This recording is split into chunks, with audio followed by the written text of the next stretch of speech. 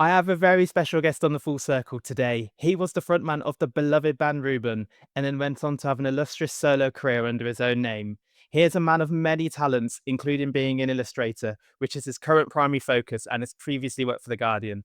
He is an incredible creative person, and it's an absolute honor to have him on the show today. His name is Jamie Lenman. Boom, boom, boom, boom, boom. Hey, Jamie. Boom. Hello, because it says boom on my guitar, right? But it doesn't anymore because I had to put a metallic plate over to keep the guitar together. But it used to say boom. So that intro is very good. I listened to your episode that you did with my friend Frank, and he blushed similarly at your gushing intro. I'm never sure what the correct response is when someone gives you an intro like that. It's sort of a living eulogy, isn't it? At the start of every podcast, you get to hear what they're going to say at your funeral. Except maybe a little bit more complimentary than when you're gone. But anyway, thank you. It's all true. I think it was largely true what you said. Thank you. Largely true. Was there something that wasn't? No, I've put that in there as my sort of middle-class, hang-ringy, never sound too certain about anything in case anyone calls you out kind of disease. Do you know what I mean? You never like to, you got to put a probably or a possibly in there in case anyone says, excuse me. So, yeah. No, it was all true. Well done. No, thank you. And I guess, if people are watching this, it'd be interesting for them to know why you are topless. So this is an InVision thing. Is it? I didn't realize. That's okay because unfortunately, no, I had a well, the thing is that I get very bad insomnia, so I didn't get to sleep until about 4 last night. And so when I said, "Hey, we'll do it at 2," that I initially thought I was going to be right in the middle of my day, right? And I thought, no problem, I have myself together by then. But I didn't wake up until noon, which meant I didn't do my run until a lot later. So basically, I've just come back from my run, and it's very hot. And because I'm such a depressing caricature of an Englishman, the first thing I did after my run was boil myself a nice piping hot cup of tea. And I've had to close the windows for all the extraneous sounds. So I'm very, very hot. And I'm very, very sorry if my nudity offends. But I'd like to assure your listeners and watchers that I'm wearing a pair of standard issue British School PE shorts. So I'm not in the nude, just the top half. Excellent. No, that's incredible. So Jamie's created his Full Circle, so we'll get to talk about his Full Circle song choices. He's going to partake in some fun features. Would you rather? And I've got a game specifically for you, and it should be quite straightforward. I don't want to put any pressure on you, but we'll talk about that I'm as later so in the show. frightened about the game. It's going to be like, how did you wrong this person? I'll be like, oh, God, did I steal their car? Or did I punch their kid? You know, all these things. Whenever someone comes up and says, hey, do you remember in 2012? I'm like, oh, God, what did I do? So, yeah, I can't wait. But I'm also very frightened. The first thing I want from you, I know you've, spoken a lot about yourself over the years to various people, but I like to hear a fun fact. It doesn't have to be fun, but I like to hear a fact or something that you probably have never shared to anyone like you're willing to share, of course. I don't want you Sure. to, Yeah. but yeah, have you got one? Yes, I think I mean, I'm trying to think of things I haven't said anywhere else. And there's, I've done a lot of these interviews, and I found again that Frank played the harp. I mean, oh my God, he didn't tell me. He didn't never told me that, obviously, that he played the harp. It doesn't get more Frank than playing the harp. I love him. And just when you think I couldn't love him anymore. No, I'm going to give you the fact that I think a lot of people know that when I was born, I had like a mild heart defect, which actually shaped my life because they told me you're not allowed to play sports because you might overload your heart. So what that meant was that instead of getting interested in football and running like all the other kids, I got interested in like reading and drawing. So it completely shaped my life. But I think I might have told some people that. What I'd never said, I don't think, is I was also born with wonky feet. I was born with feet that turned inwards. Not a lot, but like enough to worry my parents. I came out all kinds of funny shapes. And I don't often think about it because it only lasted up until I was about 7 or 8. That I used to go for regular. Is it osteopath? You are a medical professional, so you could tell me who would deal with feet and bones. Osteo is bones, right? Yeah, I mean, podiatrists A deal with feet. podiatrist. So I would go on these long journeys with my mum up to London. We lived in Oxford, and they would just sit me on a bed and twist my feet round the right way. And even as a kid, I thought it's got to be more involved than this, that you're just going to yank my feet around. And and I thought we could do this at home, you know. And so, yeah, every kind of 6 months, we would go on this big journey to town, and the doctor would say, and then yank my feet round, the right way, which was right the other way around, a full 180. It wasn't particularly comfortable. And the legacy was that whenever my grandmother would stay around, she was very concerned that I would be able to walk. I never had any problem walking. It was fine. It was just my feet were a bit inwards. But my granny would say, when I went to say good morning to her if she was staying with us, which she would for long periods, I would say, "Good morning, Granny." And she would say, "Make a mermaid." That was how my granny used to talk. And I'd be like, oh, God. And what that meant was I had to sort of bend my feet outwards like Charlie Chaplin. She should have said, "Be Charlie Chaplin," right? But instead, she said, "Become a mermaid, do a mermaid for Granny." And so I would have to go, "Okay, Granny," and stand there with my feet, and she'd go, "Well done." And then I'd go to have breakfast. So I don't think anyone knows that I used to have to make a mermaid for my granny. God, there you go. That's unique to you. You're welcome. No, thank you. That is very unique. And you said you went for a run, so doesn't your feet are okay now, I assume? Well, actually, my left one is giving me trouble. The tendons in my heel, but I'm 42. What are you going to do? So between the ages of 8 and 42, I've been pretty good. Yeah, they work fine. Most of me works fine. I'm very lucky to have had very few problems with my physical body. Yes, I can see that. Sorry, I didn't mean to. Oh, sorry. No, it's all good. I can see you're, yeah, you're in top physical shape. Okay, shall we begin with your first song choice? Yes, please. Okay, so I'm going to introduce it. That's what's going to happen. Yeah. This is my favorite song by one of my favorite bands. You have periods in your life when they were definitely my favorite band for a period of like 2 or 3 years, and then maybe they get knocked off their pedestal. But Nine Inch Nails are such a gigantic influence on me, and you can hear them, I think, in every record I've ever made. And The Perfect Drug is the perfect song. Yeah, a really, really good song. And I think they did some live shows recently, didn't they? Oh yeah, they're touring all the time. I got a bit of beef with Nine Inch Nails because they sort of quit. They kind of stopped, and everyone kind of mourned them. And then they came back a couple of years later and were like, "We ran out of money, so we're back on again." And now, I went to see them before and after. And when I went to see them after this miraculous comeback, and at the gig, everyone was wearing the T-shirts with their dates, like 1987 to 2009, whatever it was. And then here we are at this new gig. And from that point onwards, it's always felt a little bit like a sort of a Nine Inch Nails tribute band, like a really accurate Nine Inch Nails tribute band. It doesn't feel like his heart is in it anymore. But so I'm sure they're playing dates all the time. But I don't think I'd go and see them again. Ah, interesting. Yeah, I wasn't aware of that. Okay. But yeah, really good song choice. Nine Inch Nails, The Perfect Drug. And I think we should just link it straight to the second song. Well, okay. Well, this is the thing because I wanted to. I think forgive me for rambling. The subject and the theme of your podcast is really interesting, and I really like it. One of the reasons I agreed to come on it, I think it's good to have a strong theme and the idea of linking the songs around. And I spent ages, Deb. I know we've only had a couple of emails, but since you first emailed me today, I've been agonizing over these song choices, Oh. really, because I wanted them to fit your theme, and I respect what you're doing. And I had a really tough time. And what I wanted to do was have 5 that come right the way around, but I was unable because there was always a missing link or whatever. I didn't know if they would be available, and some of these choices are quite obscure. Anyway, so what I've ended up with is 5 songs that they go on a journey, but they don't meet in the middle, and I'm sorry about that. I failed you in that respect.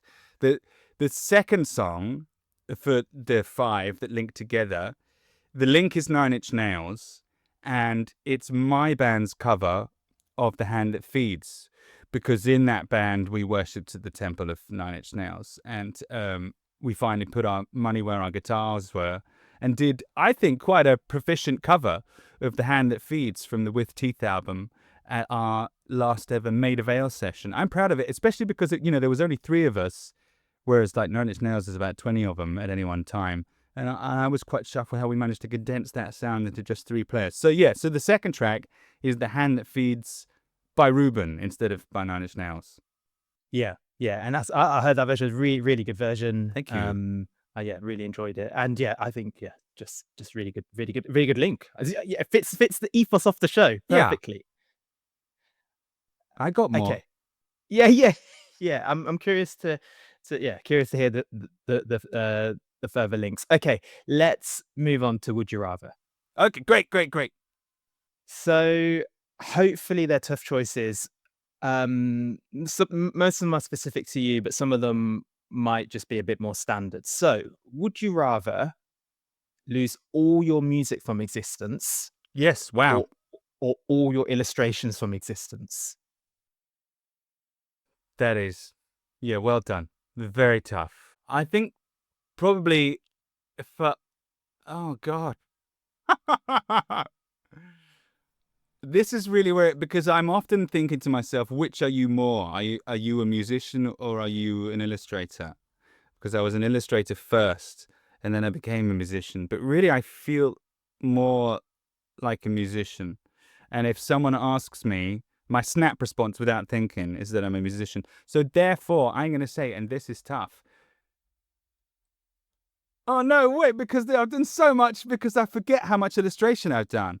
And to wipe out my illustration would not only mean wiping out those kids' books I did, but it would also mean wiping out all my work with Doctor Who magazine, which is really important to me.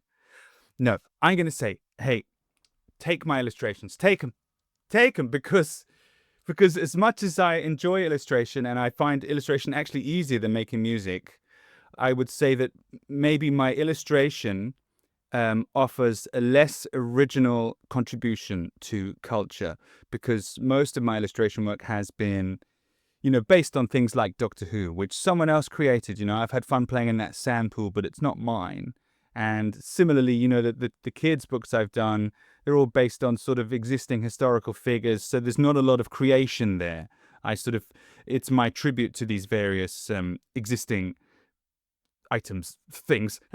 Whereas the music, yeah, as much as it does sort of ride on the coattails of people like Kurt Cobain and Trent Reznor, there's more of me in there. It's a more original contribution to culture. So for that sake, yeah, burn the pictures, burn the drawings, keep the records.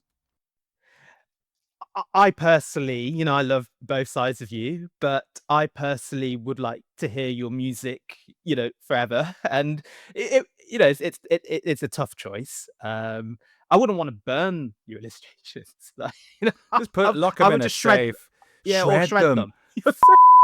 Yeah, or mulch them. Yes, let's do something more productive than burning. Okay, thanks, Deb. No problem. Yeah. Okay, next one. I sorry, it was just it's just the image. I just want to know what you'd rather do. Yeah. Would you rather have to load yodel every time you enter a room or crawl every time you leave? Crawling would be very funny, wouldn't it? Yeah. That would be hilarious. But I think actually yodeling every time I come in a room, I'm fairly sure I've done that. I've gone through lots of various phases. I used to actually have a little portable beatbox that would play a short drum beat, like right, and I could stop at any time so that the beat would play. It had two buttons. It had the beat and then it had the finish, and it would always finish with a psh. So I could play that for as long as it took me to walk between two distances. So this would be like, I'm going over there, right? Or when I went into a shop. So I actually used to do that. I had a machine that would play a drum beat whenever I entered a room. So I'm going to say yodeling, because I think people need warning of when I'm approaching. Definitely the yodel. I think that would improve my life and everyone else's. Yeah, yodeling, please. Nice. I think you should start doing that then. Yeah, yeah, yeah. Okay. Yeah. Excellent. Okay. Never be able to play guitar again Oh, or man. never be able to sing again. I think never be able to play guitar again. One of the reasons that I've stopped touring is that my voice is very fragile. It's always been quite fragile, actually, ever since we were touring with the band. I forget that actually we missed a whole year of tours because my voice just gave out. And so it's not like a recent phenomenon. I've been thinking like, why doesn't my voice work anymore? But it's always been a little bit temperamental. And I've got to the point where, yeah, it's very hard for me to sing, certainly for a sustained period of time. I definitely couldn't do a tour anymore. I could maybe do like one show and then I'd need a couple of months to recover.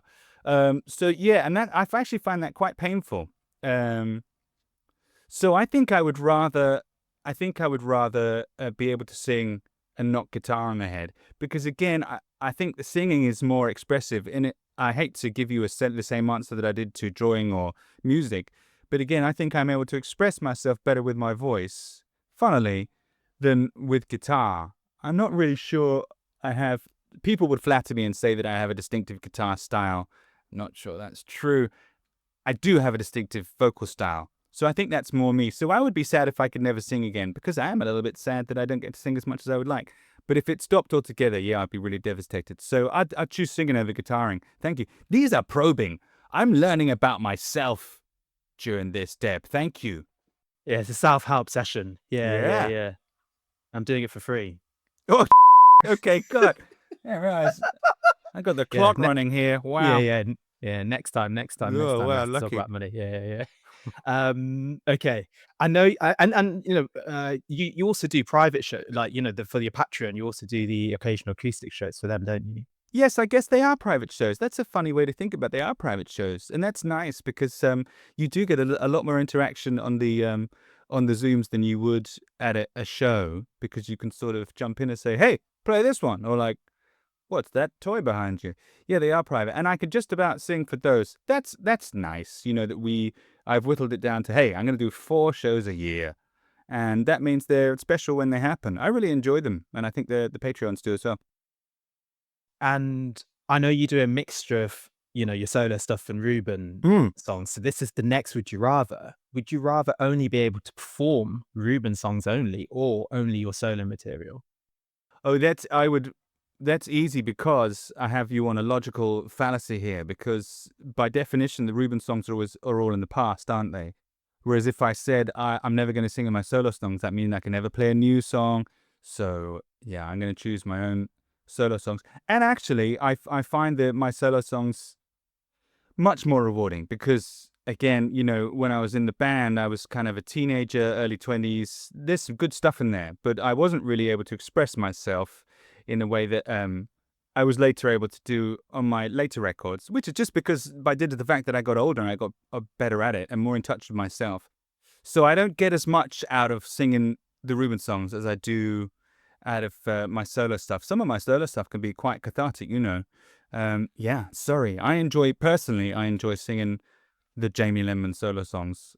Pound for pound, more the Reuben. The Reuben ones are fun. And I love it when the people's reaction to them is obviously usually stronger than for the Jamie Lenman. So I'm fine with that. I loved seeing people's eyes light up. And mostly it's because a lot of the people, I think, assume that I don't really want to sing those songs. So they don't expect to hear them. And so when I do bash out, Freddy Krueger or Let's Stop Hanging Out, the joy, um, I can't actually see them on the Zoom sessions, but they send the little emojis. I can see the emojis, and that works for me. Yeah.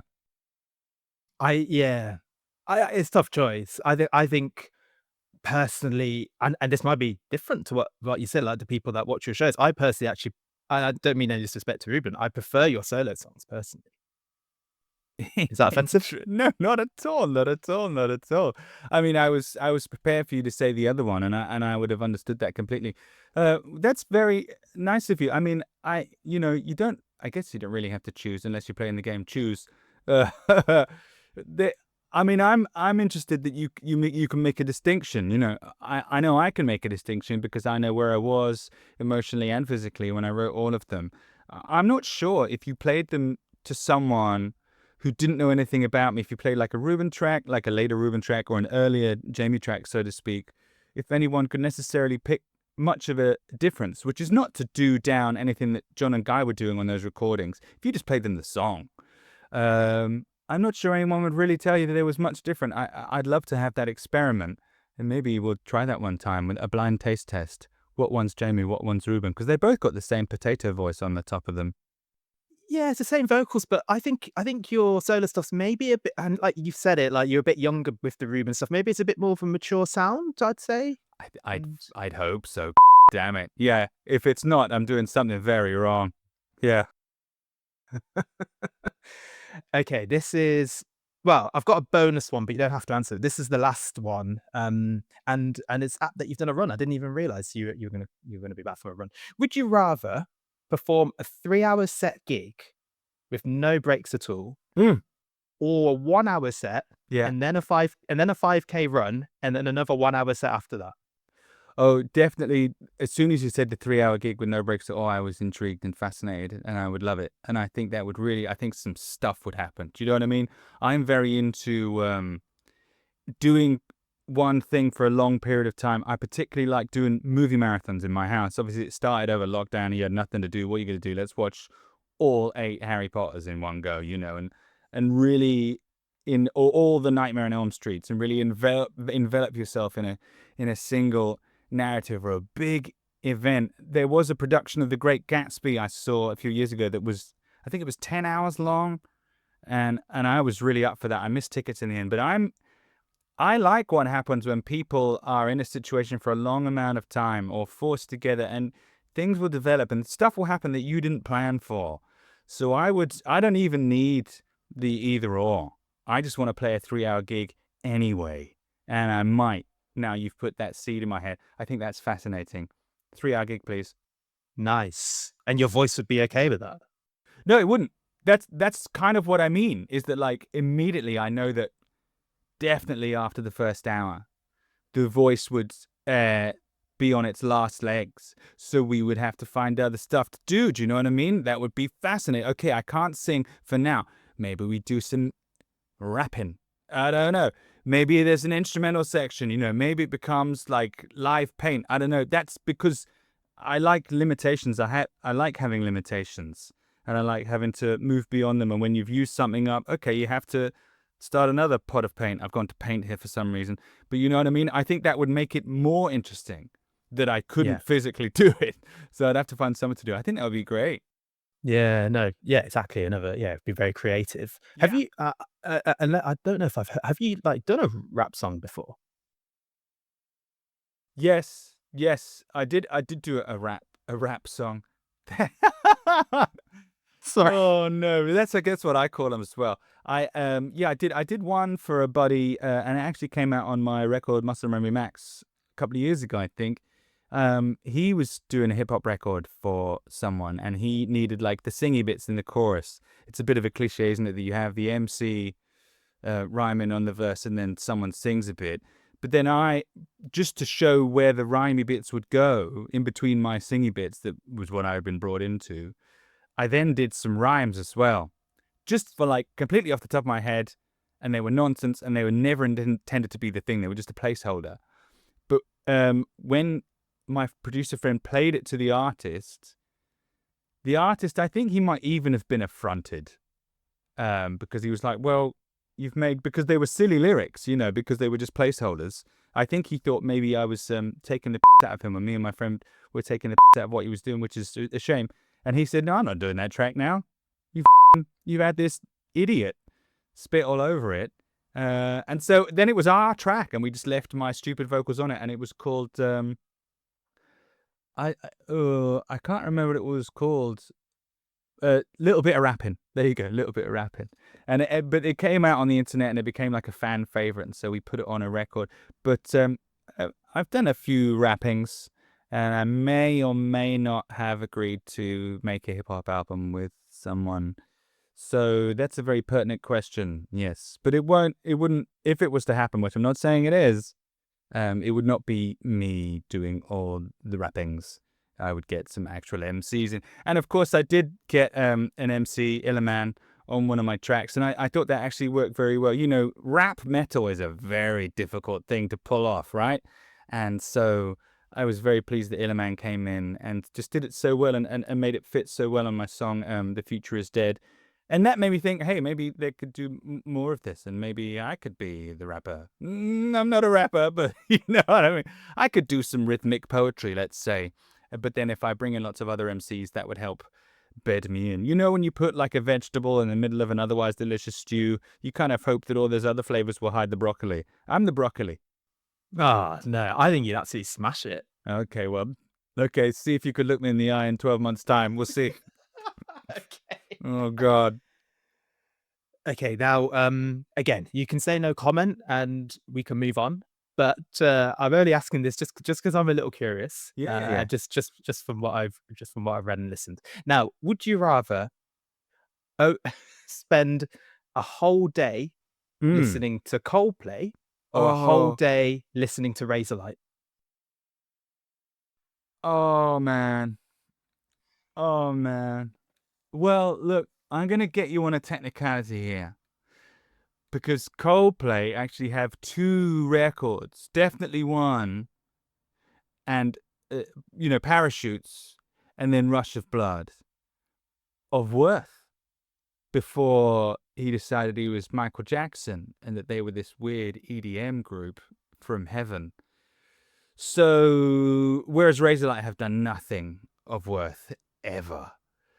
So, before Coldplay destroyed themselves, yeah, there's 2 records there. So there's like 90 minutes maybe of good, I would say good music before all the stupid evangelical bilge.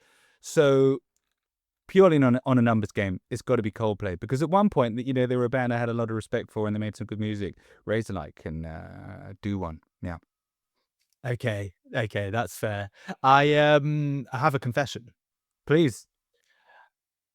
And in my defense, I was 14. It was That's free, okay. Yeah. and I didn't mind them. But the first ever gig I went to was Razorlight. Oh, buddy, that's okay. That's fine. We've all done things. I mean, how was it? It was I mean, I was 14. I could barely remember. It was okay. Like, I Well, sat at the back. They were what all was the right. venue? It would have been in Birmingham, so I think it was whatever the arena was called, but the SEC Arena or something like that in Birmingham. Oh, like a Yeah. big show.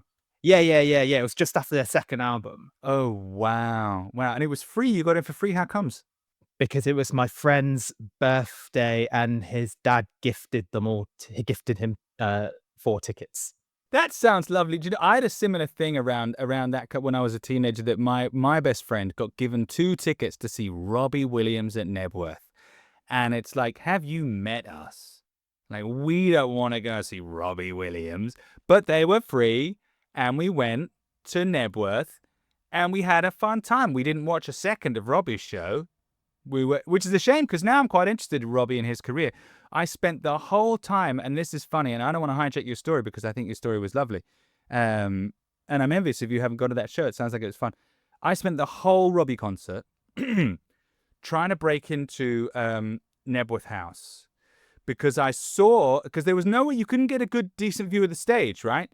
And so but I saw the family, the Lytton Cobbold family, standing on their balcony, and I was like, that's the place to be.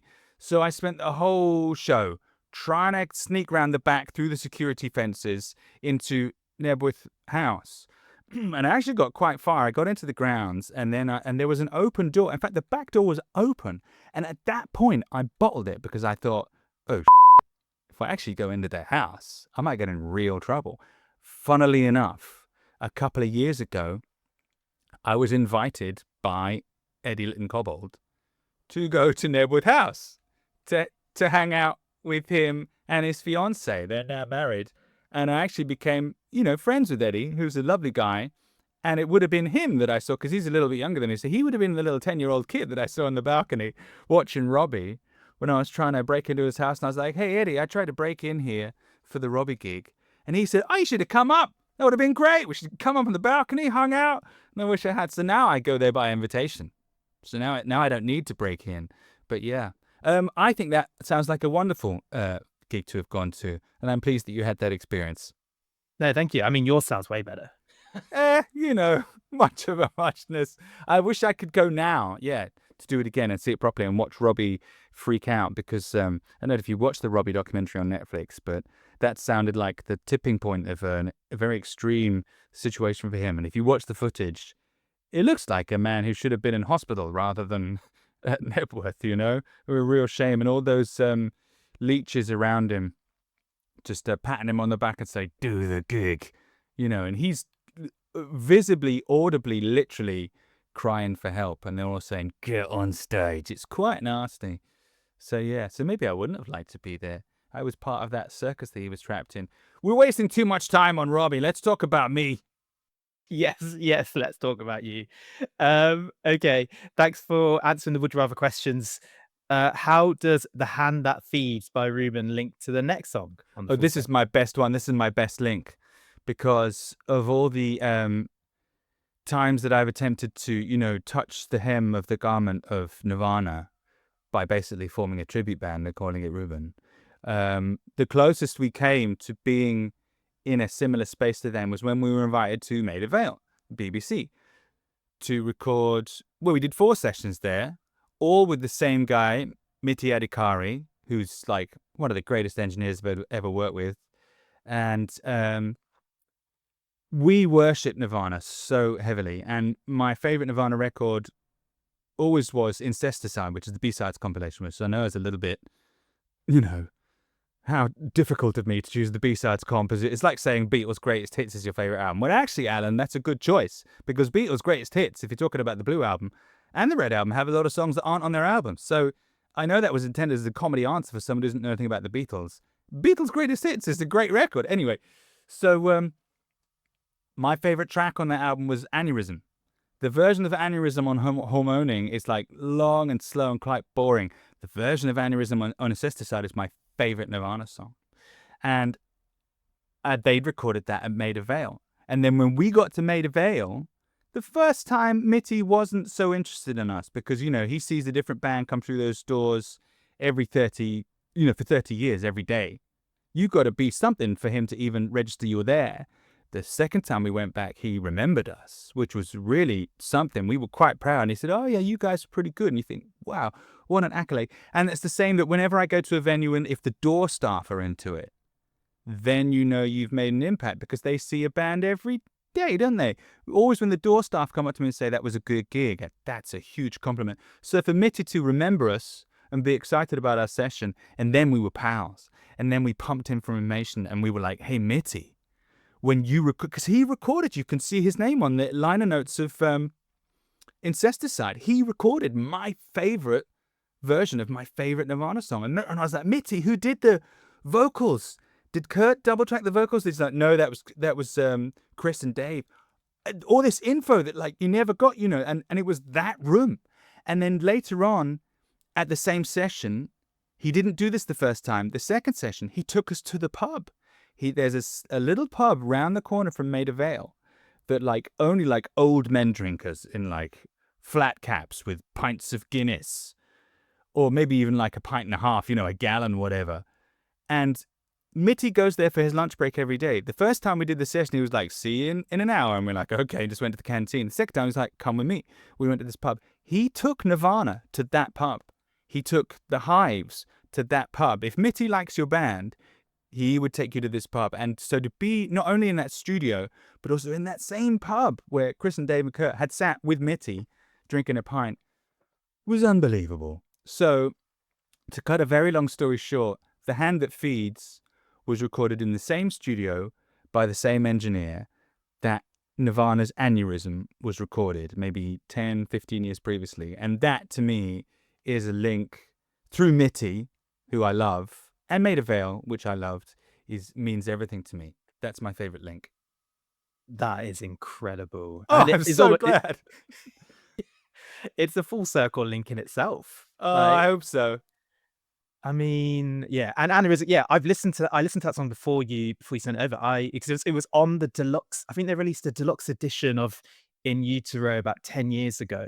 Oh, And I okay. got that version. Yeah. And I did think to myself, oh, how did this not make the album? I don't know about you. Are you do you get into B-sides and you're like, why did that B-side not make the album? And majorly. As a Beatles fan, you know, most of their most famous songs are not on the albums because they had a policy of doing that. And it's kind of similar with Nirvana. Yeah, like Aneurysm. It's your best song. It's their best song. It's not on any of the albums. And it's so funny. And also, I Hate Myself and I Want to Die from the In Utero sessions came off the album at the last minute. It was on the track listing, but then they thought the title was maybe a little bit provocative. These amazing songs and the specials, you know, I'm a huge specials fan.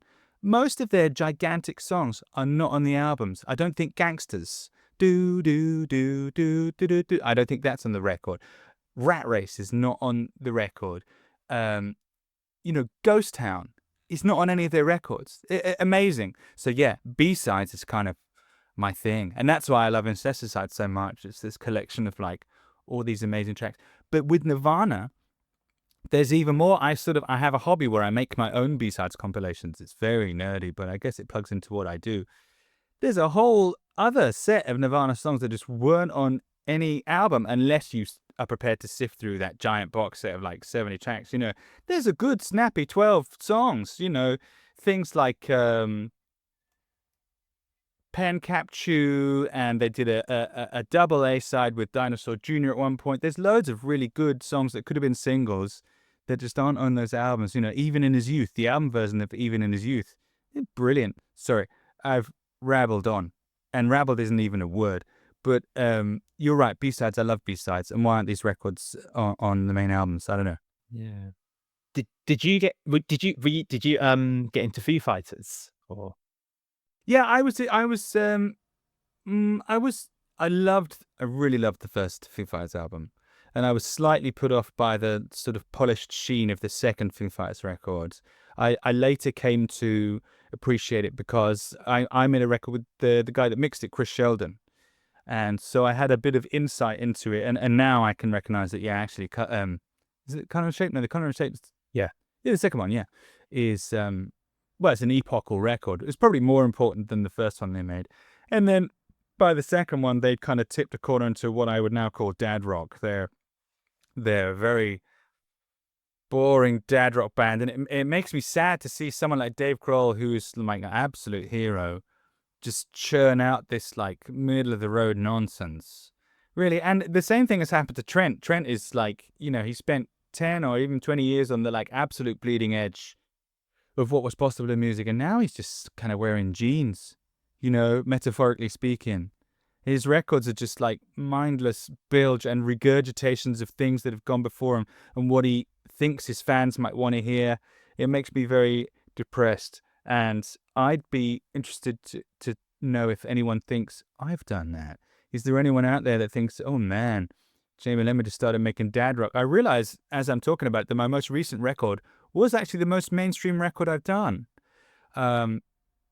But whether that counts as me settling into my dad years, I don't know. But yeah, I did like Foo Fighters. But again, it's similar to Coldplay. I think they've got maybe 2.5 records of worth and then a lot of nonsense.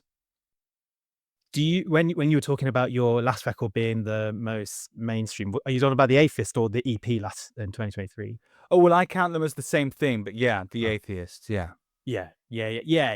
I mean, what do you do you mean? Do you mean it did? What do you mean by mainstream in your sense? Well, that you know, there was a lot of melodies. It was very melodic. There was no shouting. Well, maybe a very small amount. We made a specific production decision to dial back the distortion on the guitars, so the guitars weren't as crunchy. There was, you know, everything was doubled with an acoustic guitar to give it a sort of an MOR. You know, middle of the road. That's a genre. MOR is a genre. And it used to be, you know, like everything like indie used to mean like how you produce the music, but now it means the sound. And the same with punk. It used to be an ethos, but now it's a sound. So MOR is a sound. I just wanted to make a record like that because I like it's possible to make a good sounding record within those parameters, and I wanted to try that. So for me, it was a challenge, and I think that's really how I get out of it because it's not my natural state. A lot of the time, when you hear like the last 8 records that the Foo Fighters have made, or the last couple of albums that, oh dear, that was all of my action figures falling down, or the last couple of records that Trent Reznor's made, they don't sound like they're challenging themselves. It just sounds easy to them. Whereas I'm telling you that the Atheist was a challenge for me, whether it sounds like it or not. I don't know. I'd like to hear an outside perspective on that. Fair play. I think it's definitely different to your other solo stuff in my opinion. But I actually thought it was, you know, there were some really good songs. My favorite on it is Deep Down. Ha! That's a Yeah. Reuben song. Oh, is it? Yeah. Isn't that funny? That was a contender for the third Reuben album. I wrote it in between the second and third Reuben albums, and we were kicking it about. Isn't that funny? Well, I wasn't going to talk about this now, but I'm going to now that you've said that. And Yeah. actually, maybe I should. Maybe I need to change what I said earlier then about liking your solo stuff more because my Oh, here we favorite song, go. my favorite song, I think well, my 2 favorites on Devolver are I Don't Know Anything Yeah. and Devolver. But I listened to the commentary and Devolver was like, you know, like quite, you know, you were just trying to get the right. Was it? Or was it? I don't know. No, it was I Don't Know Anything, wasn't it? I Don't Know Anything I don't was know. the I think one it's that a you were Reuben trying to. song. Yeah. Yeah, that's it. We were playing that on that was going to be on the fourth record. I was trying to get that off the ground. Yeah, it's a good song. It's a good song, and that's got very heavy um, Nine Inch Nails references as well. Devolver is all me. Devolver is decidedly post Reuben, and I would never have done anything that sort of introspective with Reuben. So yeah, you 1 out of 3 ain't bad, Deb. Sorry. It's I fine. mean, I no no your album is great. You know, all your albums are great. I mean, Thank I've got you. a personal favorite for Devolver, It's a the good one. album. Yeah, Yeah, because that was that I heard Devolver, just heard it, and I was like, "Whoa, this is so good." I had it on repeat, and then I listened to the album. I was like, "It's so cool." Heartbeat, Waterloo Teeth. The one I really liked was that I don't know if you call it an interlude, but the Comfort Animal. Comfort Animal. Yeah, I'm glad you like that. Yeah, I liked it because it was like, oh, it's like a little homage to Devolver that's going to come later on. yeah. I really like that. Well, I Yeah. was listening to a lot of Genesis at that point, and I liked the way that their albums, they would start with particularly Duke starts with a particular song, and then they come around and they visit the themes, and at the end they have sort of a reprise, and I found that very satisfying. So I thought, wouldn't it be nice to seed that theme earlier, and then at the end of the album when it comes back, it feels that much more satisfying. The Comfort Animal, that was a last minute thing in the studio. We had like a couple of hours left of the session. I was like, well, why don't we do this? And I taught Daniel the drums. I just like do this kind of jazz thing. It's like 4/4, and we put together Comfort Animal. And then in the mixing stage, I had to really push for it. When we would discuss the schedule, and I'd be like, don't forget Comfort Animal. That's important, because it was just a 2-minute kind of off without any lyrics or anything. And the producer would be like, okay, all right, we'll get around to it. So I'm pleased that I fought for it, because otherwise, yeah, it wouldn't be quite so have as much depth. I'm glad to hear that you like it. Yeah, yeah. No, thank you. The thing I was going to say about Foo Fighters is that it's the color and the shape. The song they made a song called "The Color and the Shape," and Yes, that was a B side, and I was just yes. like, how is that a B side? Oh, B-sides used to be so good, didn't they? And also Winnebago of their first album as a B-side is like, it's the best song from those sessions. But that's the beauty, isn't it? And also, do you know what? In fact, one of these songs I think is one of the songs on my list might be this little. What I'm going to talk about is that if you think you've heard every song by a band, right? You think you know their catalog inside out, and then one day you hear like a new song and you're like, how have I missed this? And if you're lucky, it might be the best one. I thought I'd heard every Beatles song, right? I was the biggest Beatles fan. And then I don't know how I missed this. We went for a meeting with the guy that ended up being my rep at Fender Guitars, a guy called Hoda Armani, very close friend of mine. And he was just playing this Beatles song and I'd never heard it. And I was like, what is this? It sounded like Lady Madonna, but it wasn't. And he's like, this is Hey Bulldog, just like everyone should know it. And I don't know how I'd missed Hey Bulldog, but until that point, I hadn't. It was the last Beatles song I heard, and it is the best. It's my favorite Beatles song. It's just incredible. And similarly, with Nirvana, Nirvana finished, Kurt died. Oh my God. And they were just a finite object, nothing more was ever going to come of that. And then one day they were like, oh yeah, there's one more. You're right. And you're like, and you listen to it, it's probably not the best Nirvana song, but it's fucking good. And I just couldn't, I listened to it nonstop. And like, what a beautiful universe where someone says, okay, you can have one more song. Who of us thought we'd ever get one more Nirvana song? And it would be so good. And the Beatles, when they brought out Now and Then. It's not the best Beatles song, but it's beautiful. Here you go. You can have one more. I just love that. So that's the reward that you get for really digging. If you're a real music fan, every now and then you uncover this beautiful gem that you're like, oh my God, this is so lovely. What a reward for all that devotion. Yeah, it's such a great feeling when that happens. Right, let's move on to a feature specifically for you. Yeah. It's called Lenman's Links. Yeah, Lemon's Links, okay. So essentially, I've it's almost like I've done a little a little full circle of my own for you, but it's not really a full circle. It's just five.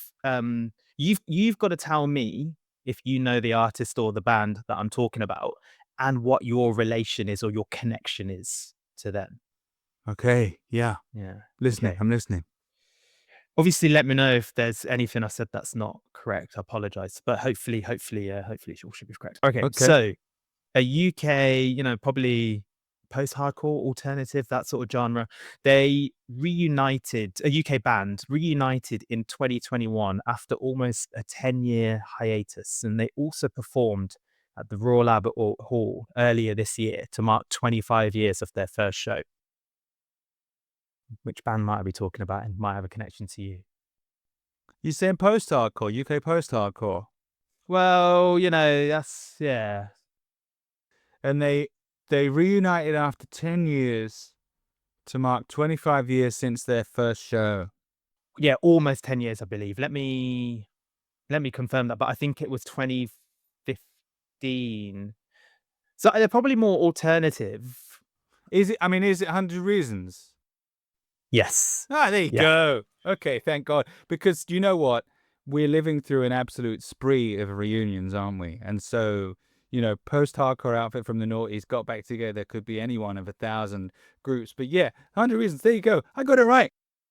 Nice. What's the connection? I mean, but Well, the connection is that we grew up together. We were from the same town, from Farnborough.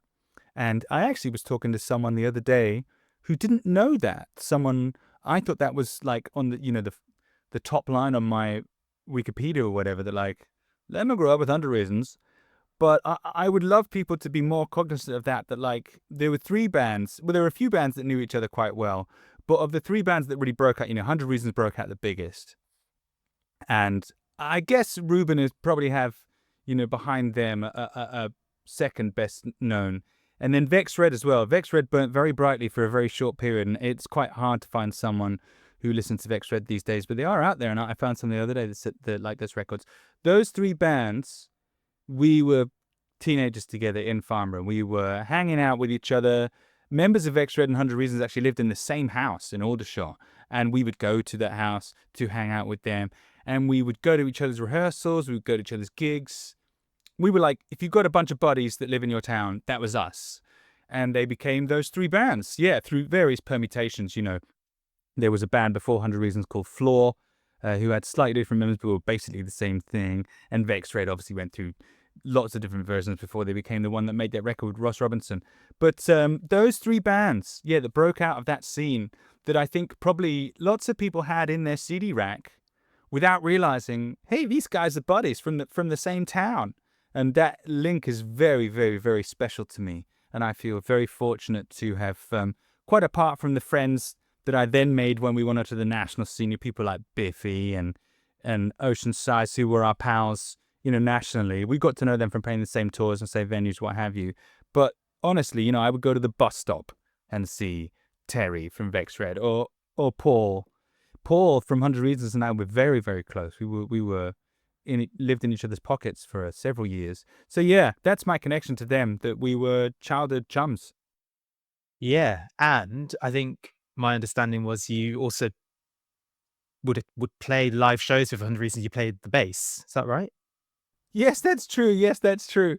I forget about that bit. Yeah, at the very turning point, but when they went from being Floor to being 100 Reasons, they had a point where their bass player Andy was, I think he was in like Czechoslovakia to get married, and they had all these gigs, and so they brought me in on bass, which was like I had been waiting for the call, because Floor were my favorite band, my absolute favorite band. I loved them.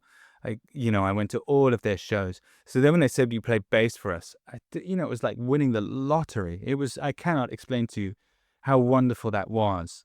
And so not only did I get to play all my favorite Floor songs, which I'd loved for years, I also got to see the start of what really became 100 Reasons, because when Larry joined the band, that was when the direction changed, the sound changed, and all of a sudden Larry was writing all these songs that were a lot more poppy, a lot more accessible, which made them into what they were, 100 Reasons. Floor would never have taken the UK's imagination by storm like they did. 100 Reasons were the result of Larry joining that band. When I was there when that happened, and Larry was at the rehearsals, and he would, week one, he would say, I've got the start of this song. And week two, he would say, I've got the middle of this song. And on week three, he said, I finished this song. And so the band became 100 Reasons whilst I was in it.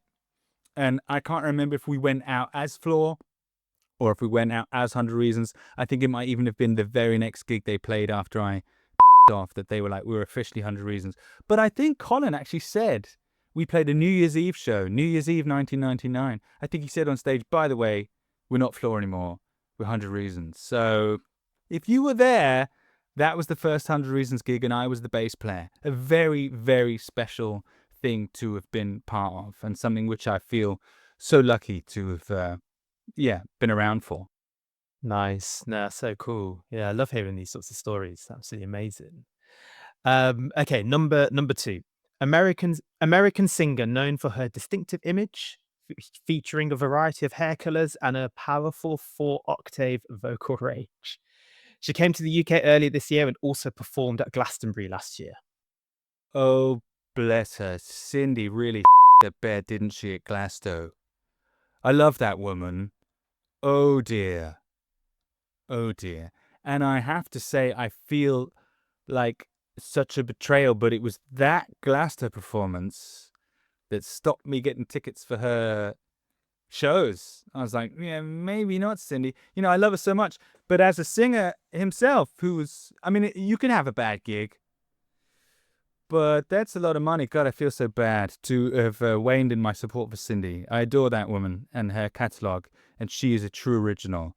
And if you haven't read her book, I recommend you do. It's a tough read because obviously she was a woman in the world and in the music industry, which is part of the world, and some pretty horrific things went on in that industry. Damn it. But yeah, she's come through. She's a real battler and a true original. And I'd love to shake her hand and thank her for all the joy she's brought me. But I faltered, maybe I couldn't look her in the eye. Because after that Basta gig, I was like, maybe not. Because the tickets were like 200 quid for a start, I'm not Oh, taking wow. that much. Yeah, it was ridiculous. But yeah, Cyndi Lauper, one of my absolute heroes. And I think I've covered every single song she's ever released for one of my albums or a B-side or something. I just cannot get enough of her. Yeah. Yeah, you specifically did She Bop on your Shuffle album, didn't you? That's right. But I also did Money Changes Everything on Muscle Memory Max. That was a tune that we recorded for Muscle Memory that didn't make it onto the record.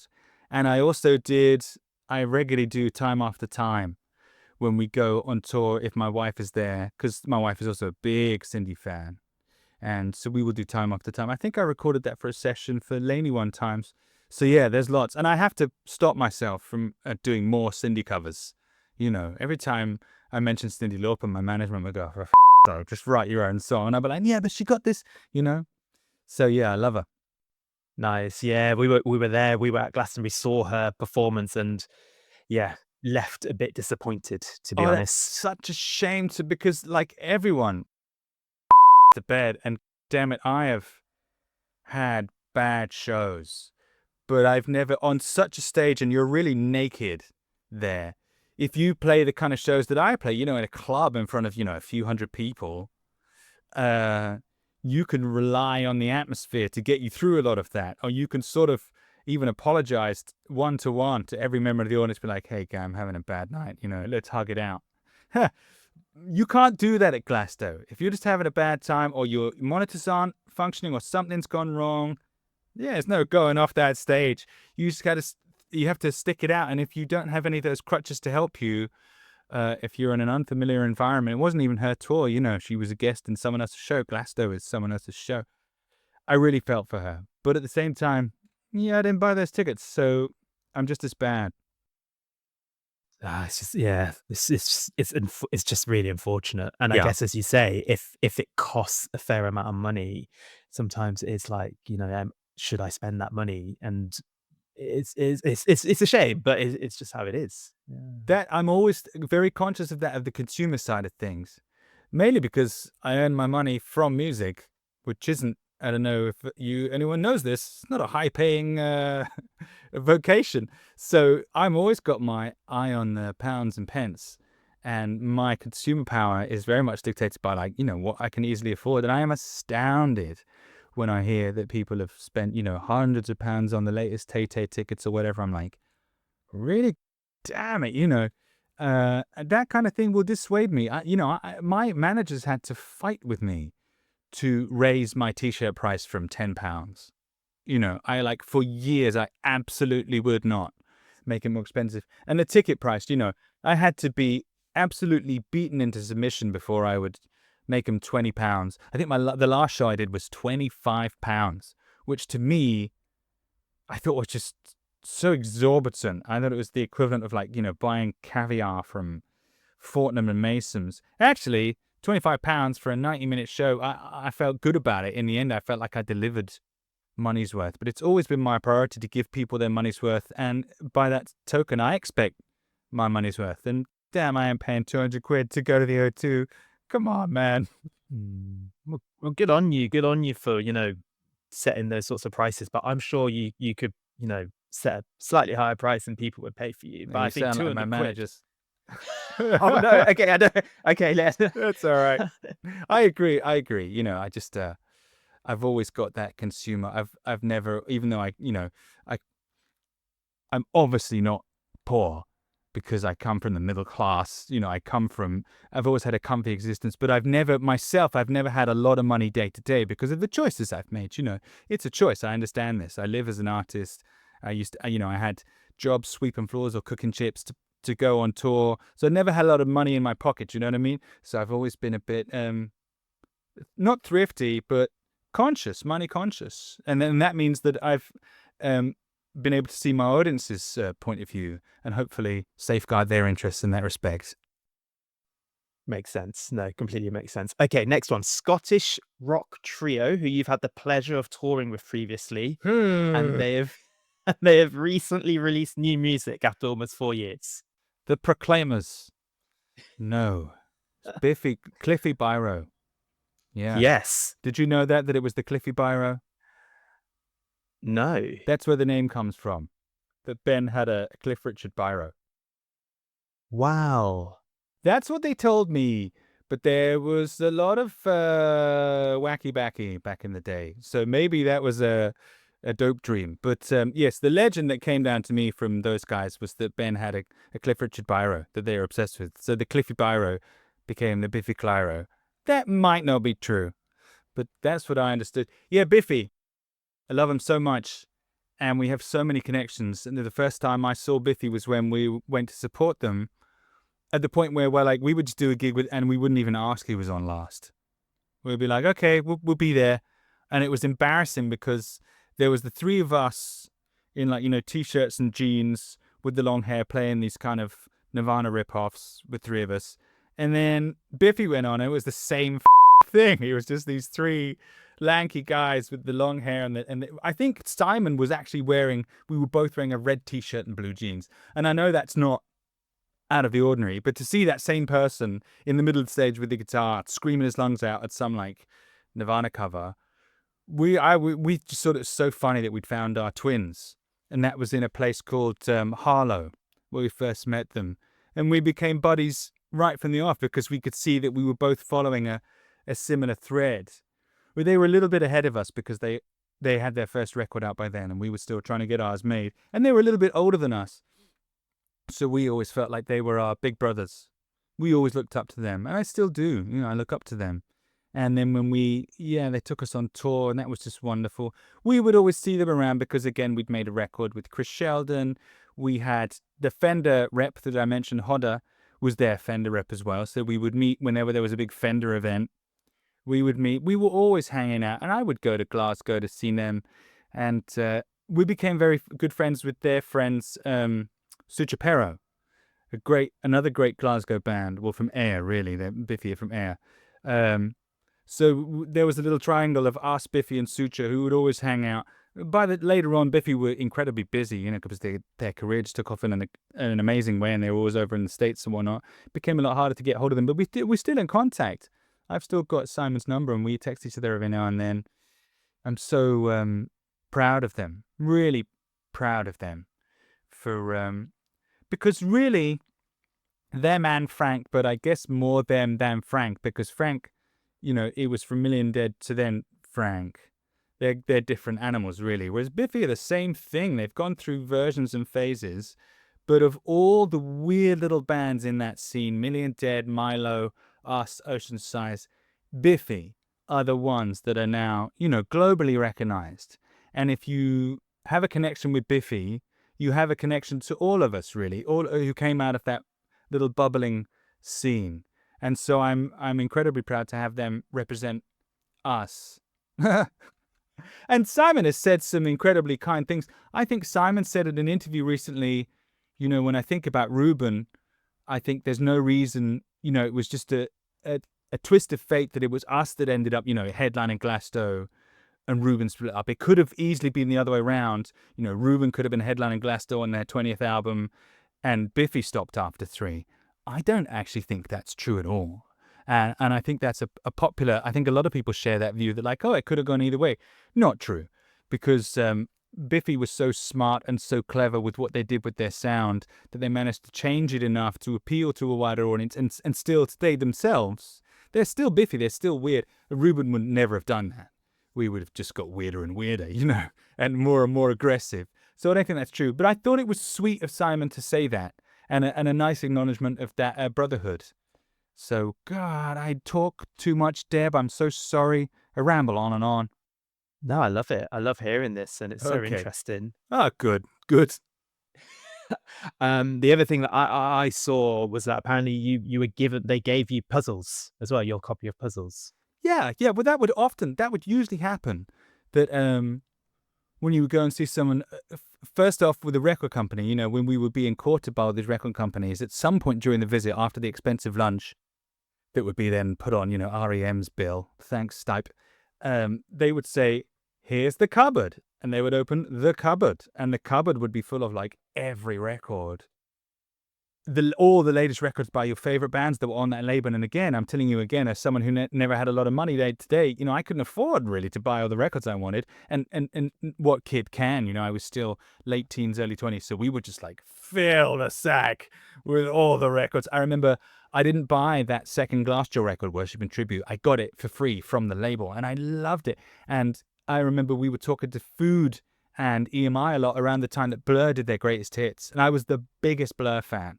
And so I just got all this rare Blur stuff, from the label. It was amazing. And yeah, but equally, when you would go and see a band, they would usually have like on the merch stand, whatever, they would just give you a copy of their latest record.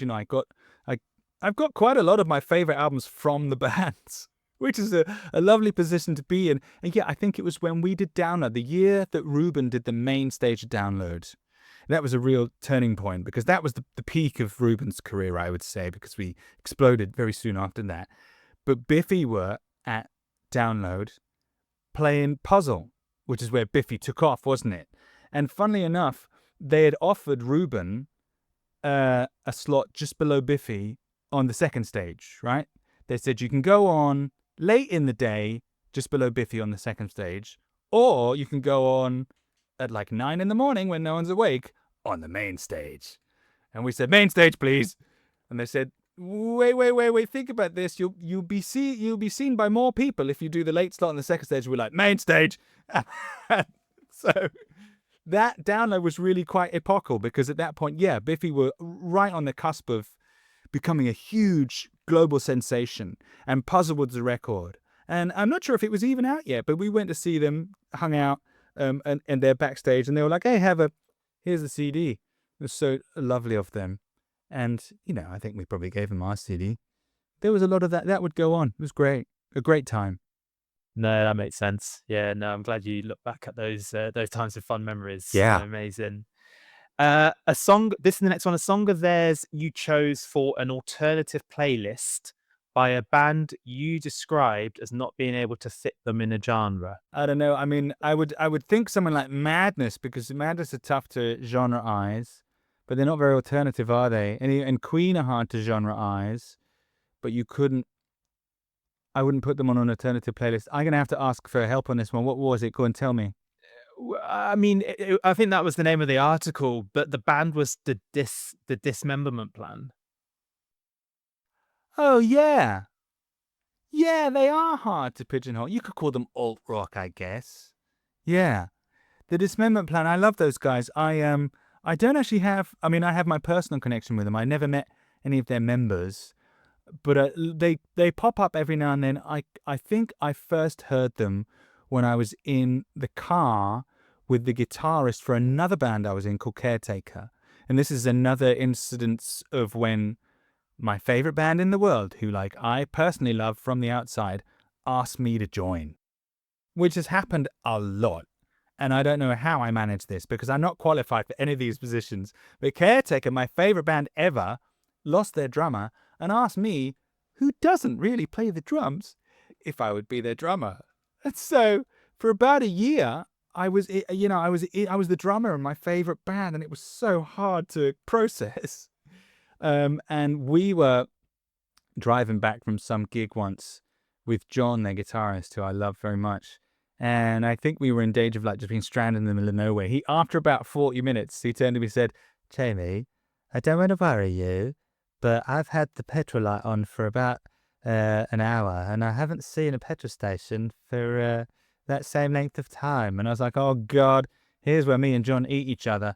So on that journey, he played me the Dismemberment Plan. He played me An Emergency. And I was like, wow, he played me a lot of really amazing stuff as well. I think Burning Airlines as well. And so that's when I really found out about the Dismemberment Plan. But then when I then went to Frank's little flat in London where he was staying, Frank Turner, and he put on the Dismemberment Plan. And I was like, I knew I loved you, because not a lot of people know that band. But every now and then somebody that I really love will point out, they're like, oh yeah, I dig him. And I had one of my favorite moments that I know meant a lot to this other person because they wrote a blog about it. I read a blog later on. We did a gig on the Isle of Guernsey, I think it was, somewhere really quite remote. And I walked into the room and the sound engineer was like tuning the system, just when you play just the track. Very often the sound engineers have a particular track that they know very well, so they can run it through any PA and hear what frequencies need addressing, etc., tuning the PA. Complex process. And he was playing the first track off the Emergency and I record, Dismemberment Plan. And I came in and I was like, Dismemberment Plan! And he was like, yeah, no way, you know that band? I was like, I love that, man, And we had such a good time talking about him. And then I off, and I think he was in a different room. We weren't even playing his gig, and I never saw him again. But a little while later, I saw that he'd written a blog. I don't know how I came across it. Maybe it was a review from the gig we had done. He was like, I had this great experience the other day. I was tuning the PA, and I was playing one of my favorite songs that like no one's ever heard. And the singer from Reuben came in and was like, oh my God, I love this band. And we got to talk, and I like his band as well. I had no idea that he dug the Dismemberment Plan, so we bonded over that, and it was really great. And I felt the same about it. So I was really pleased to hear later down the line that it had been such a salutary experience for this person. So yeah, that's what I've got out of the Dismemberment Plan. I've never met them or seen them, but those little links that you forge by the common appreciation of a maybe, let's say, a slightly niche band are very important to me. And what's nice is that for a lot of people, Reuben are that niche band. I know a lot of people that have become friends. They've seen someone wearing a Reuben t-shirt, be like, oh my God, you like Reuben, no one knows about them. And so that's great to be work on a version of that band, very meaningful for a small amount of people. Nice. Yeah, no, makes sense. Okay, last one. Yeah. I mean, this is too easy. Okay. A previous guest on the Full Circle and Yeah. someone you call a friend and Yeah. collaborated together frequently over the years. You even thought your song Crazy Horse could have been that person's song. Yeah. Francisco Turner, or as we used to call him, Frank the Thank Turner. Or in the inlay I saw in the inlay to our second album, we had a section where we would thank bands, and then we would thank people.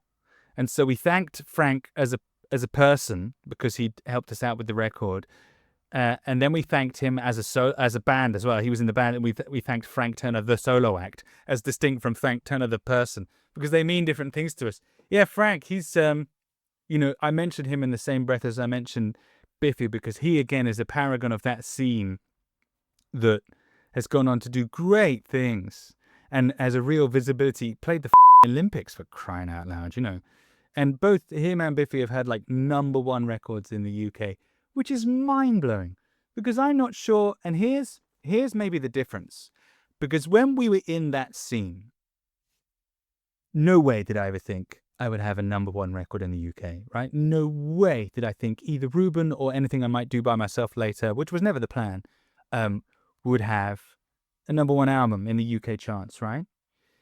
And I doubt that Your Codename Was Milo ever thought they would have a #1 album in the UK charts. And I doubt Oceanside's ever thought that, right?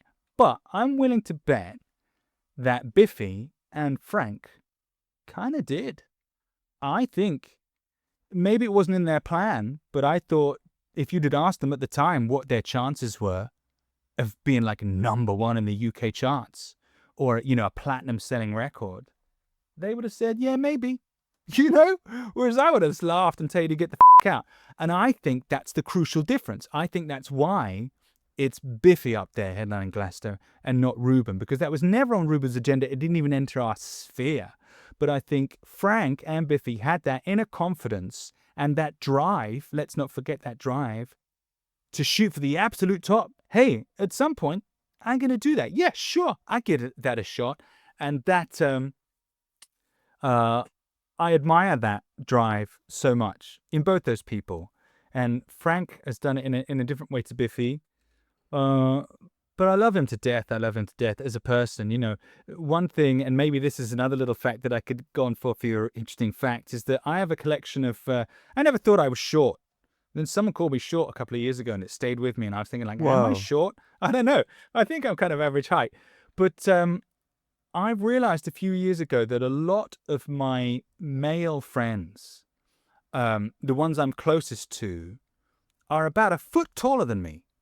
I realized this completely by accident, that the ones that and particularly the ones that I'm very tactile with, that I like to hug, we have a very intimate relationship, that I can really, sweep up into my arms, give them a good old squeeze. They tend to be a bit taller than me. And I realized because I don't have an older brother, I'm the big brother to a little brother. I have an older sister, but it's not quite the same. I never had a big brother. And so it suddenly dawned on me that all these like 7-foot pals of mine, of which Frank is one, really what I'm doing is going around and collecting big brothers, right? I have a friend called Mark who's an expert on the tabla. He's like, I just saw him the other day. He's easily 6'6". He's one of these big brothers. He's so much taller than me. My pal Andy, I just saw him on Tuesday. He was working with me at the chip shop. He paid for the first Reuben record to be recorded. He's gigantic. He's definitely one of my big brothers. And so if you look at Frank, and if you think like, why does Jamie have so much affection for this guy? God, apart from the fact that he's lovely, he's about a foot taller than me. And I love giving him a squeeze. And I saw him a couple of weeks ago at 2000 Trees. The affection I feel for this guy, and I think it's because he's one of my big brothers. So he means a lot to me in that regard. I love him as a person, yeah. And as an artist. Yeah, no, that's so cute. I like the psychoanalysis as well. Oh yeah, I'm very aware of myself. That's why I find it so hard to sleep. Oh no. Uh, Yeah, no. Maybe let's not go into that unless you no, want to. But no. do you keep? I was going to ask, do you keep in regular contact with Frank then, or is it just? Yeah. Yeah. Frank, I have other friends who maybe got busy or moved away or whatever, that like you might not get a reply to your text or your email, and I can't blame them. And maybe I'm the same for other people. Frank, he's never, he'll never do that. He's always, you send him a message, you call him up, you send him an email, he'll fire it back straight away. And he's always engaged, and he's always so happy to see me. I love the guy. And that's why people love him as well. When you buy a Frank record, you're buying into his personality. Not so much with Biffy. I think Biffy are a band. I think you can get an idea of their personalities through it. But when you go to a Frank concert for a personal connection with Frank, and that's really his skill, is connecting with people, in an enormo dome like he does. And I've seen him play gigantic shows. He makes you feel like you're on the stage with him. I think he's probably, I would use the word star. I think Frank has star quality. And I think he's managed to leverage that and make that apparent to people. Yeah. But by that same token, he's still just Frank. He's this kid from Winchester who played the harp. Winchester is not far from where I live. We're both posh boys. And in fact, the band Caretaker that I was later in, they were based out of Winchester. And I've played gigs with Frank at the Railway in Winchester. Yeah, he's always the same guy, and whenever I see him, he's the same guy, and he always, he's interested in me. That's important to me because a lot of people, even people that were closer to me really than Frank, you see them now, they're not really interested. You say like, "Oh, how you doing?" They say, "Oh, I'm fine," and they could have stopped there and they didn't really ask anything, and you feel like, "Oh, okay, well, I'll just off then." Whereas Frank wants to talk to you when you see him. They see you from across a crowded room and shout your name and come over and give you a hug. It's the kind of guy he is. He didn't have any false friends. Yeah. Oh, I'm sorry to hear about the other people, but yeah, Frank is yeah. I mean, to have had him on the show, he was so kind and gave up his time for it, and he was Yeah, just very humble about things as well. He's a really good guy, and I can see he's why you real. two. Yeah, yeah. Yeah. There we go. That is Lenman's links. They were good. What a gig that would be. Cyndi Lauper, Frank Turner. Well, they probably did play the same stage at Glasgow. I should have gone. And Biffy. Oh well. Yeah. Okay. Aneurysm, the incesticide version by Nirvana. How does that link to the next song? Well, is the next song Six Shooter, right? You've just given it away. Oh, sorry. Yeah, okay. Six Shooter by Queens of the Stone Age, because that record was epochal for the mid noughties. Songs for the Deaf was like it was a game changer, and we heard it and we were like, wow. And if you look at what happened to our band Reuben between the first record and the second record, we went from being a Nirvana tribute to being a a Queens of the Stone Age tribute, and so did lots of other bands. Yeah, it wasn't just us. It was amazing, and the fact that Dave Grohl made those two records, you're like, what the man? How often does one artist get to change the face of music twice? He did it twice. I don't think Songs for the Deaf was quite the global success that Nevermind was. Nevermind was a true phenomenon. But within rock circles, Songs for the Deaf had a similar impact, and it's the same guy. How does that happen? And he's in the Foo Fighters. Like, how many and he was in Nine Inch Nails. He's the original drummer on that Nine Inch Nails track that Reuben played. Anyway, so the link between these two is that obviously Dave was on Aneurysm and he was on Six Shooter. He's playing drums on that record so brilliantly, and like a unique drum sound. It was a threshold for production as well, not just like records. So that really stuck with me, and I like Nick's songs on the Queen's albums. I mean, I like all of that records. I like Matey from Screaming Trees' songs. I like Josh's songs, obviously. But Nick is unhinged. And that really comes through in his songs. And Two Glass Eyes, tell you lies. That's one of the best lyrics I've ever heard. And he just screams, shoot, into the mic. You can hear it peaking because he's getting too close to the microphone. Everything about that song, I love it. And the drums, and oh my God. So yeah, that's why I chose that song, because it changed my musical career, changed the direction I was heading in. It had a big impact on me. And it links, because they both have Dave on them. Dave. I love that guy. Yeah. Nice. Yeah, top song. Six Shooter by Queens of the Stone Age. Yeah, Songs for Death. What an album, as you say. Is it? I think he also did. Nick did.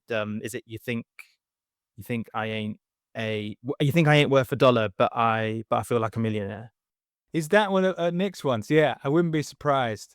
And his song on the previous Queen's record, it's like, yeah, yeah, yeah, yeah, do do do do do do do do. I can't remember the Quick and to the Pointless. No, who cares? It was great. His songs are always my favorite ones because Josh, is so slick and so cool.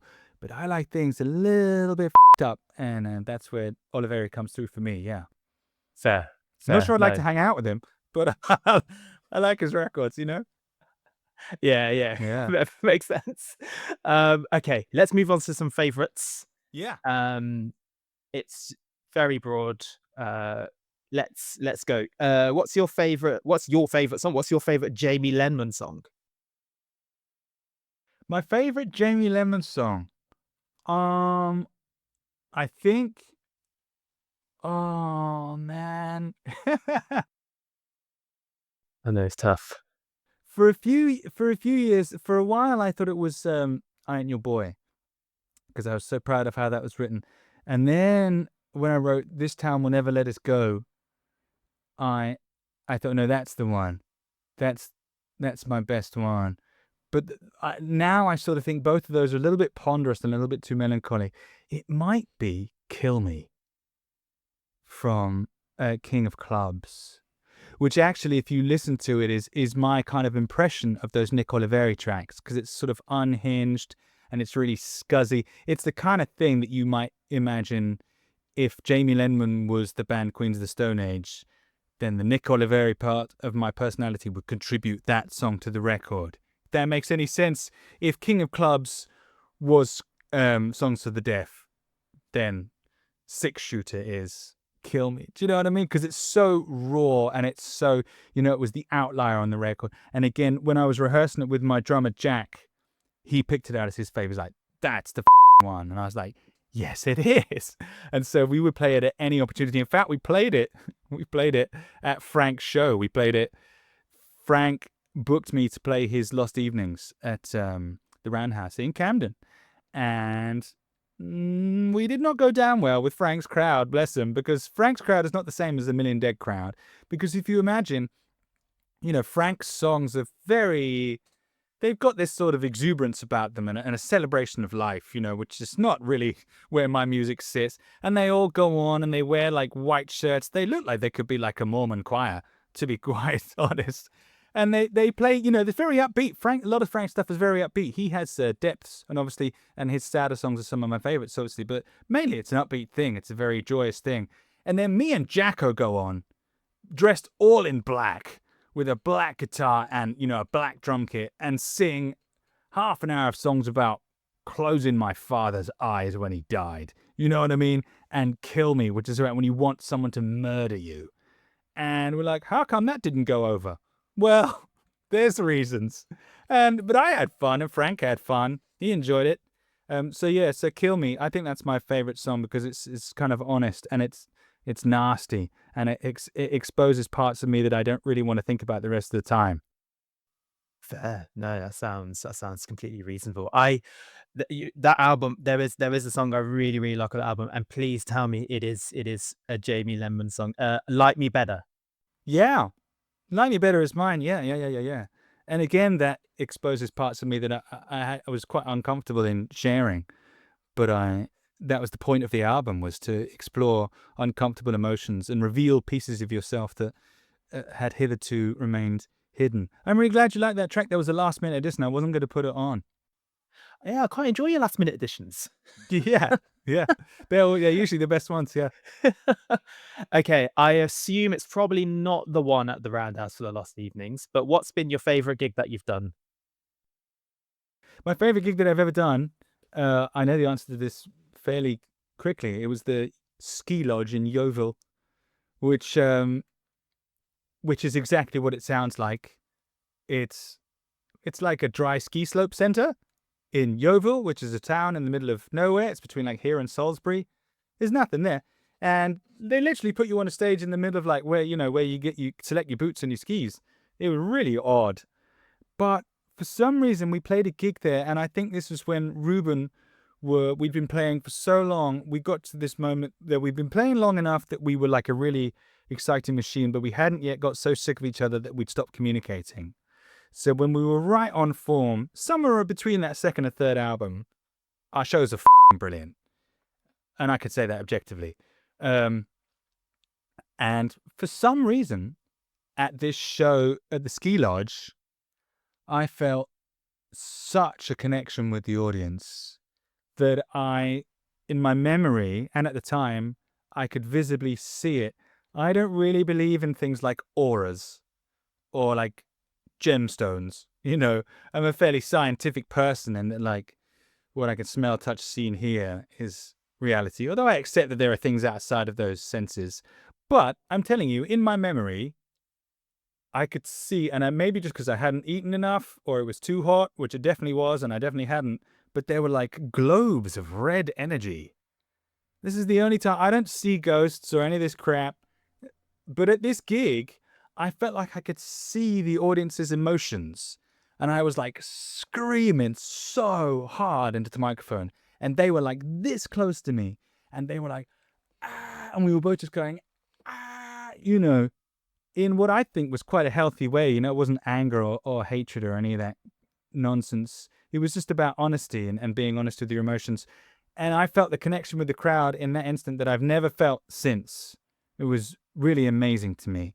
And so, yeah, that was my favorite gig. And I felt like that was really the most important show I've ever done in this tiny room to 150 kids. It was brilliant. It was transcendent, I think, is probably the correct word to use. If you won't mind me getting a little bit pretentious. I'm quite pretentious. No, no. I think that's perfect description. And that's interesting that you've chosen one of your more tinier shows, of course. I Oh, think, yeah. I've had a good time at some big shows. Download, the one that I was talking about, we played when Biffy were on the second stage and we played the main stage. I joke that there was nobody there. There was actually quite a lot of people there. And if you look at the footage, because we put it out on a DVD, I think you can find it on YouTube. It starts off with not many people there because it was I think it was 11 a.m. on a Sunday morning. I've been exaggerating for comic effect, but that's still pretty early on a Sunday. And you could see at the start, yeah, there's not many people there. By the end of it, we played for half an hour. The place was packed. I mean, the field. It was a full crowd. You could see from the footage. I'm not dreaming this up. So I think we actually did manage to, either it was coincidence that people were kind of heading down, or I like to imagine that people heard some good noise and were like, oh, maybe there's a band on. So, yeah, that was very good. That was great to play to that amount of people. And it's rare that I get to play to that amount of people, and it's usually at somebody else's show, someone like Frank's show. Or I did a couple of dates with Biffy in Ireland a few years ago, and they were way more people than I'm used to playing with. I quite like being in the support act. I quite like playing in front of a crowd that is not my crowd because, you get to meet new people. Sometimes you get booed off, but most of the time people are very polite. yeah, and getting one new fan is one new fan than you had before the show. Yes, that's always been my, not my motto, but my, you know what I mean. Yeah, yeah, I get it. What's your favorite illustration that you've done? Ooh, listen, I'm just gonna plug this in because my laptop, it doesn't have any power. So I'm just gonna stand up very quickly before I answer this question and plug it in. And you might see for a second my shorts. And so please don't be shocked by my standard issue British PE shorts. But here they are. Oh no, the shorts. There we go. I'm gonna plug it in. I'm so sorry. There we go. Okay. Wow. So, yeah, okay, we made it through. My favorite illustration that I've ever done. Wow. I That's a tough question. Doctor Who magazine has actually just come out. I've been illustrator for Doctor Who magazine for years, for 2 decades. And what I like to do for Doctor Who magazines, it's got to be different every month, and I don't want to just draw in my own style all the time. And actually, my own style is quite weird. So what I've started doing is sort of taking off other famous illustrators. So I did an illustration in the style of Mike Mignola a few issues back. I'm not sure many people got that. Recently, in the issue that's just come out a couple of days ago, I did an illustration in the style of Frank Bellamy, who was a fabulous artist who used to work for the Radio Times back in the 70s. And his illustrations that would accompany the listings for Doctor Who are legendary amongst Doctor Who fans, And so I very purposely did an illustration in his style. And that is big boots to follow because he uses a pointillist style. Pointillism is when you there's lots of little dots. Very involved, very intricate, very difficult for someone without much training like myself to do. But they printed it in the mag, and I didn't realize that on the previous page, they'd also printed one of Frank Bellamy's most iconic illustrations. So you could just not help but to compare. If you go from page 9 to page 10, you've got the original master, and then you've got some chump. Actually, mine does not disgrace itself. It holds up surprisingly well. So that is my most recent published work. I don't know if it's my favorite of all time, but at the moment I'm very proud of that because, I was able to pay homage to one of my heroes and I didn't completely disgrace myself. But I suppose I would have to be, in the long run, most proud of, if you could call it an illustration, the illustration I did for the cover of Race Car Backwards, those skeletons. I drew them before I cut them out. It's a collage, but I drew them because that's had such a big impact. And there's so many people, and if you've seen my art book, there's so many people that have those skeletons tattooed on their body. And I think a lot of people, if you'll forgive me for digressing here, but a lot of people, the word iconic has, I think it's been devalued recently because people start using words like legendary and genius for, someone, wore some good shoes. What a genius. You're like, come on, man. We're talking about David Bowie and you bought some trainers. And similarly, people say iconic every second word. Oh, that McDonald's was iconic. Take that word out your mouth. To be iconic, and it got me thinking about what is genuinely iconic. What does iconic mean? And some people, very kindly would describe aspects of my work. I've got a big canon of work. 30 years I've been having songs and illustrations published. Some people would say that sections of that are iconic, and maybe someone said, oh, those 3 red skeletons are iconic. And I was like, because number one, it's hard to take a compliment when you're British and middle class, right? And secondly, I've got beef with that word iconic. But then I thought, well, what does it mean? And I think what it means to be iconic is that something is recognizable once it's been removed from itself. So if I showed you that CD cover and you're like, oh, those skeletons are cool, that's not iconic. It's the CD cover. I did it. Here it is, right? But by the time that something has been translated and people have their own versions of it and it stands on its own, for instance, on someone's leg or on a wall near where I live, the cover of the latest Reuben record is a painting that someone else did of those skeletons. I think at that point, when it has passed into popular culture and has been divorced from the cover of the CD, you could probably say that's iconic. So in that sense, to have created an iconic image, and maybe it's the only one that I have created that is iconic, that has to be my proudest moment. Is that okay? Did I get away with justifying my own iconicness? It sounds iconic to me. Okay. That is the definition of iconic, I think. would say, yeah. Yeah. Another example, you see people just wearing like the smiley, Nirvana's smiley face, they don't, it's not really associated with Nirvana. Yeah, people who don't listen to Nirvana. That's yes, that's iconic. If the image can be removed from its initial context and still have meaning, I think that's what iconic literally, factually means. So yeah, I think it was probably the skeletons. Nice. This is the hardest one because it is literally your whole life. What is your favorite, life, either your life moment or just something you've been proud of your proudest moment of your life? What do you reckon? Oh, this is going to be a boring answer. This is a boring answer because I don't think what a lot of people understand about me, and I've been at pains to tell them over the years, and particularly on the last album with songs like Lena and My Anchor, is that really, when I was a kid, I wanted to be a spaceman. And then when I was a teenager, I wanted to be a rock star, whatever.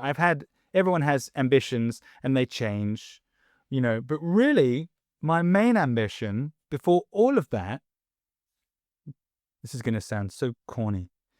My main ambition for my whole life is to fall in love, is to fall in romantic love with someone, right? And to devote my whole life to a single person. And I fulfilled that ambition when I was, I think, 19. I met my wife. Well, I got together with my wife. I actually met my wife watching 100 Reasons show. The first show I'd seen them play after I'd left was where I met my wife. I was 17 and she was 15, but we didn't really connect until a couple of years after that. And so the greatest moment of my life was the evening that I spent with my now wife in her house. And obviously, yes, it got a bit smoochy, but it was the little moments around that, she had a Primus album in her CD collection. Right? Who listened to Primus? What are you talking about? You like Primus? Man. And Mr. Bungle. She had a Mr. Bungle album, and the little moments of intimacy between us when, we had no idea that we were in love, but we were, I can see it now. We were in love right from the start.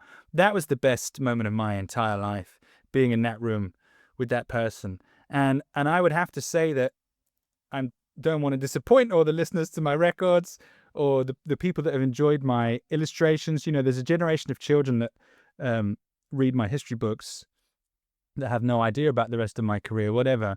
My proudest thing I've ever done is to be a husband to my wife and to try and be as good a partner to her and as supportive and loving as I can. And I ain't perfect by any stretch of the imagination, but that's my proudest achievement, to have been married to her for 20 years and still be madly in love with her, and that she's madly in love with me.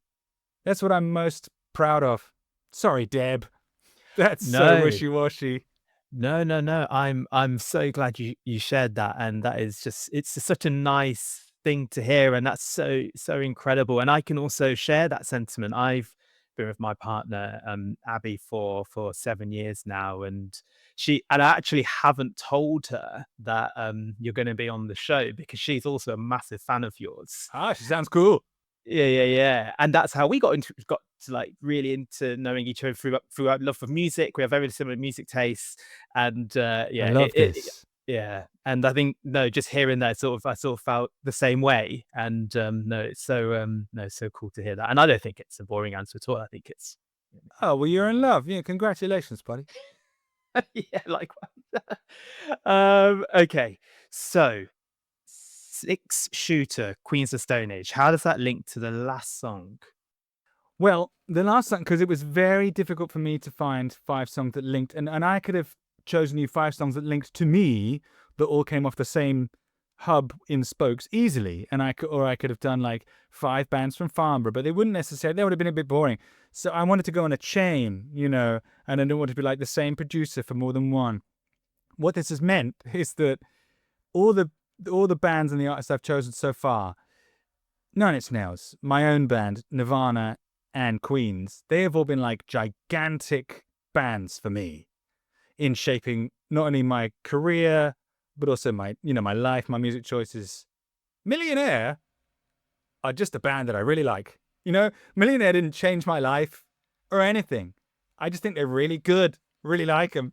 So because they're on the end of this chain, they don't have such a strong link to me, but they do have a link to Six Shooter because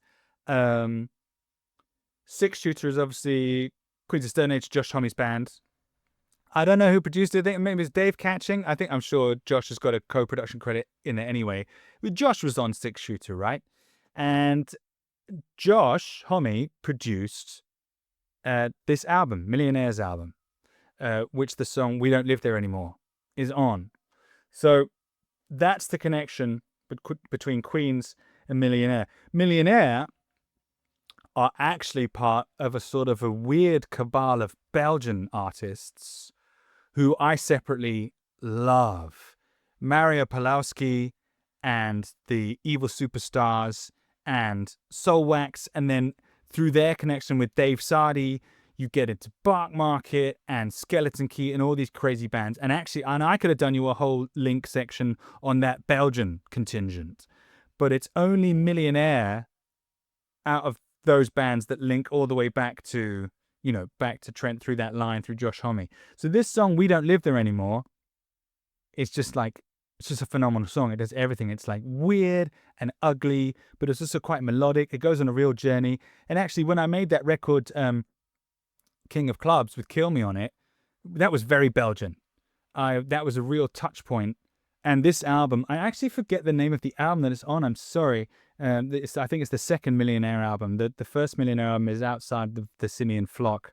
The second album, I forget the name, but We Don't Live There Anymore is on it, and it was produced by Josh Homme. And you could tell, because it's got some of his influence on it, but it's dirty and it's nasty. And that was a touch point when we came to make King of Clubs. I would say, look, let's do something like this record, like the Evil Superstars record, or this Belgian stuff that was happening to the sort of late 90s, early noughties.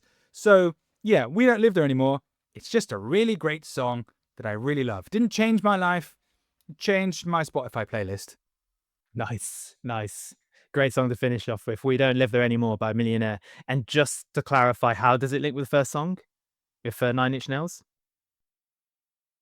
It doesn't. I mean, um, Josh Homme did a track with Trent Reznor once. That's Yep. true. Josh Homme Yeah. is the link. Perfect. Hence Okay. completing the full circle. That counts. Perfect. Perfect. Okay. Yeah. Sorry. No, no, no, no, no. That is perfect. Oh Thank you. God. No, Jamie, thank you so, so much for being in the warm room for Oh, it's almost two so hot. hours. I'm I'm gonna open the sorry. window in a minute. Yeah, I'm so sorry to have kept you on. But is there anything that you wanted to share with the listeners or the Full Circle Nation before we wrap it up? Well, there's two things. So first of all, if you're asking me, is there anything I want to share by means of a plug? Yes, there is. Because please, I've made an audio play. I'm trying to move into voice acting. I've made an audio play called The Treasure. And if you go on YouTube and type Jamie Lenman, The Treasure, or if you go into any one of my platforms, Instagram or Facebook or even the Patreon, you will find The Treasure, which is a 12-minute audio play. I commissioned a script from a writer buddy, and then I acted it myself and do all the sound effects and do all the music. And audio plays are a big part of my life because I review them for Doctor Who magazine and made my own. Just give it a listen. That's all I'm saying. The Treasure. I think it's on SoundCloud as well. But just remember, Jamie Lenman, The Treasure. But the last thing I'd like to say is how grateful I am that you asked me onto your podcast. It's so nice to like meet new people. And, the fact that anyone would mention me in the same breath as someone like Frank is just so lovely. So to have had him and then me, I love that. And I love going on podcasts. And if you have a podcast, you're out there listening, call me up. I do it. You might have to look at a video feed of my shoulders and upper body because if it gets hot, if you do it in the winter, you'll be safe. But I love coming on these podcasts. So I would like to do more. And I was overjoyed when you got in touch. So thank you so much. And thanks to all your listeners. And listen to the rest of the full circles. I certainly will. After Frank's one, yeah. Oh, thanks, Jamie. I really appreciate it. No, it was an honor to have you on, and for you to be so accommodating of your time and just being. It's been really fun. I've really, really enjoyed this, and yeah, I cannot thank you enough. So yeah, so thank you for being on the show. Really appreciate it. Obrigado, buddy.